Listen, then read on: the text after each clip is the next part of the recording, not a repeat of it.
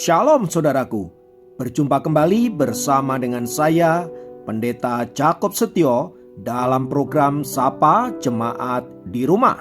Mari kita masuk dalam hadirat Tuhan, kita berdoa, mohon penyertaan dan berkat Allah dicurahkan atas kita. Bapa, kami menyerahkan waktu renungan firman Tuhan kali ini ke dalam tangan kasih-Mu.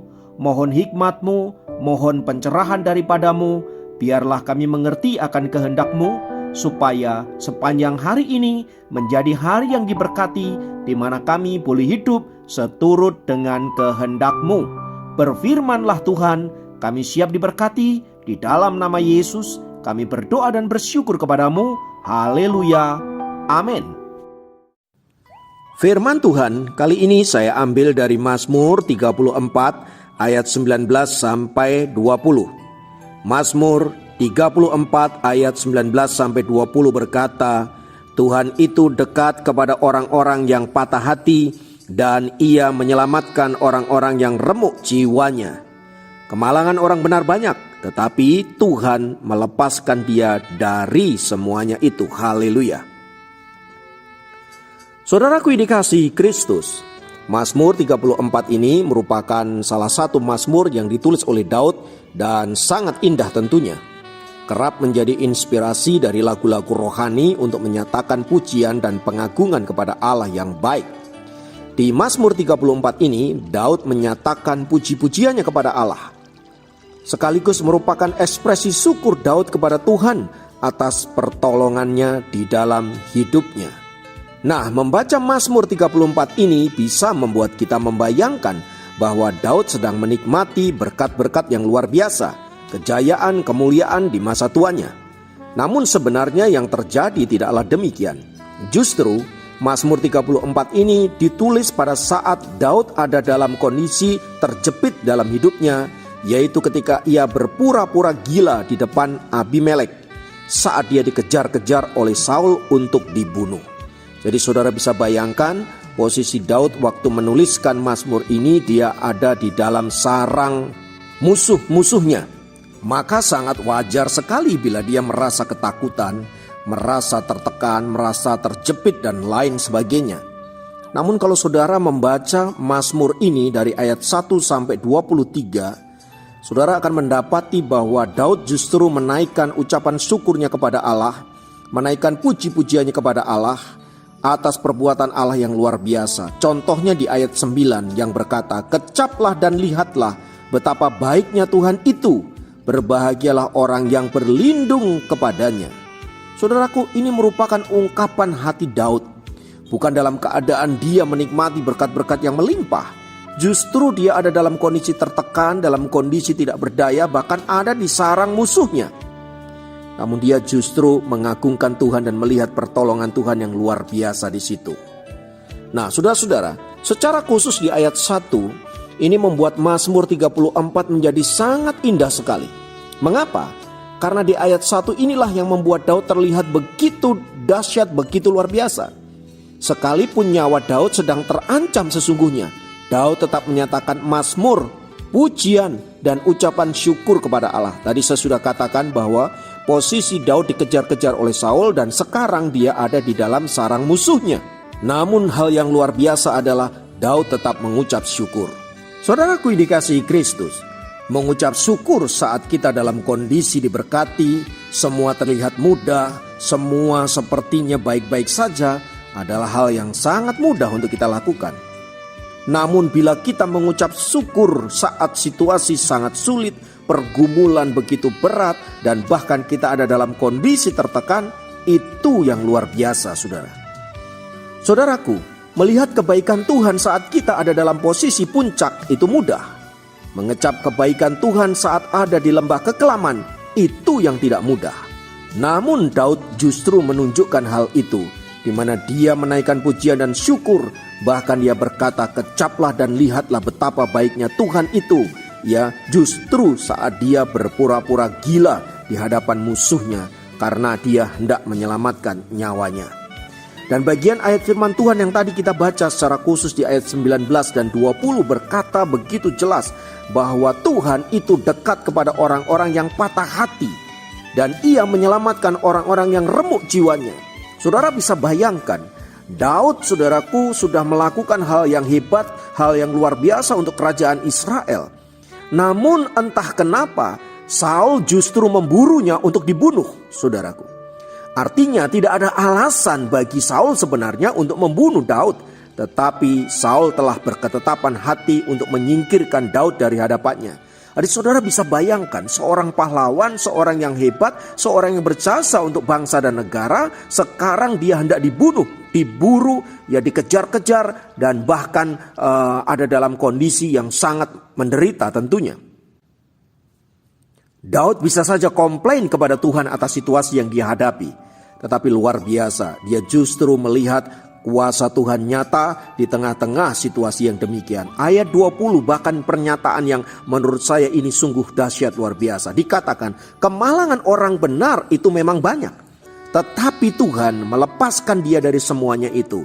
Ini merupakan pernyataan iman, saudara-saudara, bahwa Daud menyadari orang baik, orang benar itu tidak selalu semuanya baik-baik saja. Justru orang baik, orang benar seringkali memiliki banyak musuh, seringkali memiliki banyak sekali masalah, seringkali ada dalam kondisi penuh pergumulan, penuh penderitaan. Tetapi yang tidak boleh dilupakan, saudara-saudara, bahwa Tuhan menolong mereka dalam segala keadaan mereka. Saudaraku dikasihi oleh Kristus, dari penjelasan di atas, poin yang ingin saya sampaikan adalah bersyukur kepada Tuhan tanpa harus menunggu keadaan kita menjadi lebih baik dulu. Itu adalah hal yang luar biasa. Bagi orang dunia, hal ini tidak masuk akal. Bagaimana mungkin di tengah situasi yang sedemikian kritis, Daud bisa menyatakan bahwa Tuhan itu baik? Bagaimana mungkin dalam kondisi susah, kita bisa berkata, Tuhan engkau sungguh baik? Saudaraku dikasihi Tuhan, Daud percaya bahwa Tuhan adalah penolongnya, bahkan dalam kondisi paling rendah dalam hidupnya sekalipun. Itulah kunci utama mengapa Daud bisa bersyukur dalam segala keadaan. Nah, hal yang sama seharusnya juga bisa kita alami. Terlebih kita adalah anak-anak Allah milik Kristus yang telah ditebus dengan darahnya yang mahal. Kita percaya bahwa Dia bersama-sama dengan kita. Kita percaya Dia menyertai kita. Kita percaya Dia menguatkan, menghibur, mengokohkan kita, sehingga kita bisa melewati setiap tantangan yang ada. Dan saudara-saudara, mari kita belajar bersyukur dalam segala keadaan. Bahkan sekalipun situasinya ada di dalam lembah-lembah kekelaman. Saudara-saudara dikasihi Tuhan, saya percaya ketika kita bersyukur dalam kondisi demikian, kita mengakui bahwa kita takluk kepada kuasa Tuhan. Kita percaya sepenuhnya, pasrah bahwa Tuhan sanggup mengerjakan perkara-perkara luar biasa bagi hidup kita. Mari saudaraku, saya mengajak kita untuk belajar bersyukur apapun keadaan yang kita alami saat-saat ini. Memang tidak selalu mudah bersyukur dalam kondisi tertekan, bersyukur dalam kondisi susah, bersyukur dalam kondisi sakit dan lain sebagainya. Namun itulah yang Allah kehendaki. Kita tidak hanya bersyukur saat semuanya baik-baik saja, namun kita juga bersyukur saat kita ada dalam kondisi yang penuh pergumulan, supaya nyata di sana Allah yang kita sembah adalah Allah yang berkuasa atas hidup kita. Haleluya. Mari kita berdoa, mari kita menghampiri Tuhan dan menyerahkan hidup kita kepada Tuhan. Terima kasih Tuhan Yesus untuk kasih-Mu, untuk firman-Mu. Ajar kami untuk bersyukur senantiasa, bahkan di tengah-tengah pergumulan, penderitaan, dan berbagai-bagai beban hidup. Bila kami belajar dari mulut kami keluar kata ucapan terima kasih Tuhan. Terpujilah nama-Mu, ajar kami untuk senantiasa bersyukur selalu. Haleluya. Dalam nama Yesus, amin. Memberkati Anda dimanapun berada. Sampai jumpa dalam program Sapa Jemaat yang lain. Tuhan Yesus memberkati.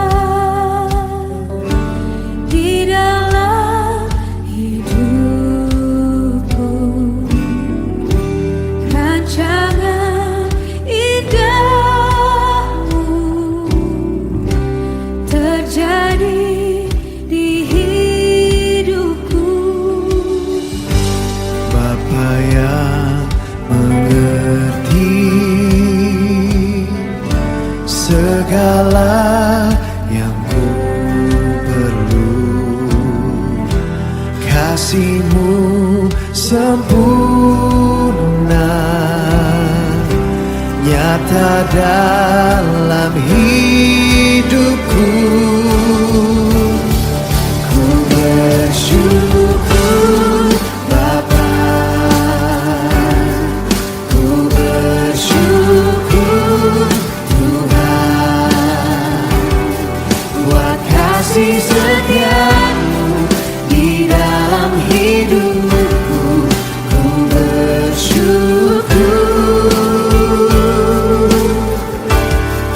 ku bersyukur Bapa, ku bersyukur Tuhan, buat kasih setia-Mu di dalam hidupku.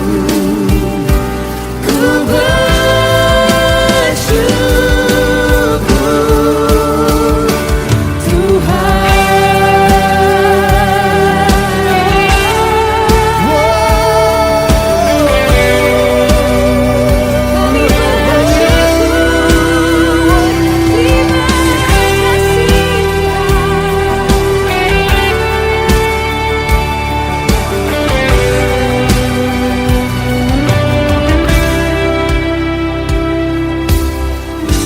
banyak yang Kau perbuat di dalam hidupku.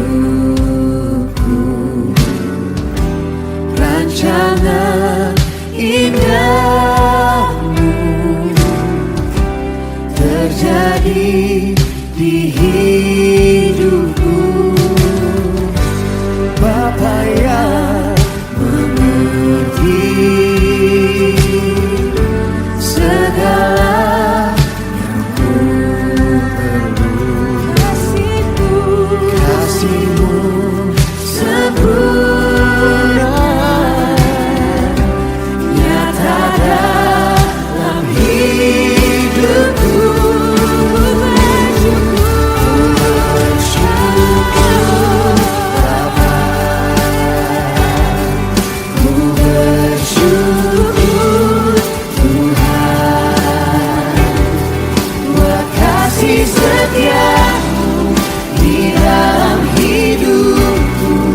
Ku bersyukur, ku bersyukur Bapa, ku bersyukur Tuhan, bersyukur Tuhan, buat kasih setia-Mu di dalam hidupku. Ku bersyukur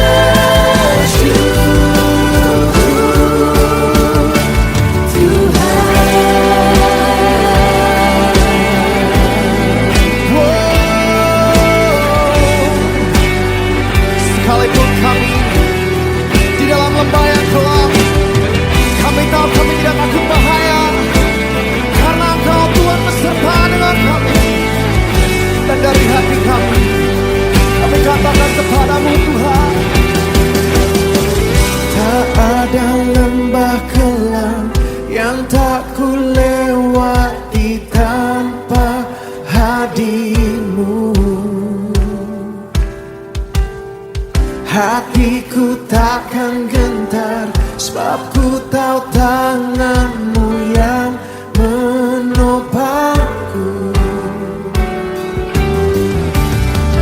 Tak ada lembah kelam yang tak ku lewati tanpa hadir-Mu. Hatiku takkan gentar, sebab ku tahu tangan-Mu yang menopangku.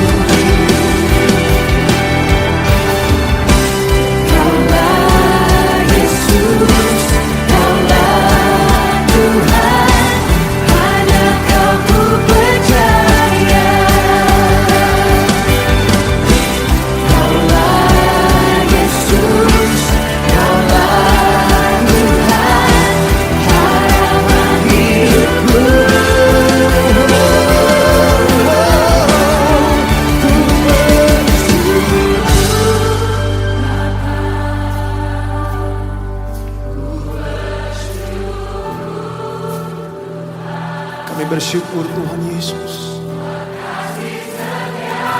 Kebaikan-Mu tidak pernah habis-habisnya Tuhan.